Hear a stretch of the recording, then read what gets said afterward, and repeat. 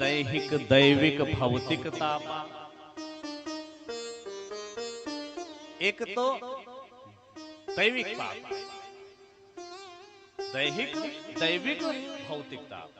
कहते हैं एक दैवीय प्रकोप होता है कष्ट, जैसे अधिक वर्षा हो जाए, अधिक धूप निकल आवे, अधिक ठंडी पड़ने लगे, सूखा पड़ जाए, ये दैविक ताप है, देवताओं के द्वारा प्रकट किया गया ये ताप है। भौतिक ताप है, कोई जाकर के करंट चल रहा उसको छू ले,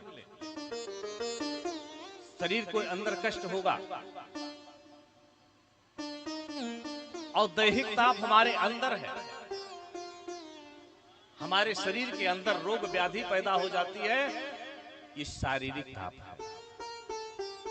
तो तीनों तापों से जो मुक्त करने वाला है वो तापत्रय विनाशाय श्री कृष्णाय वयं नमः।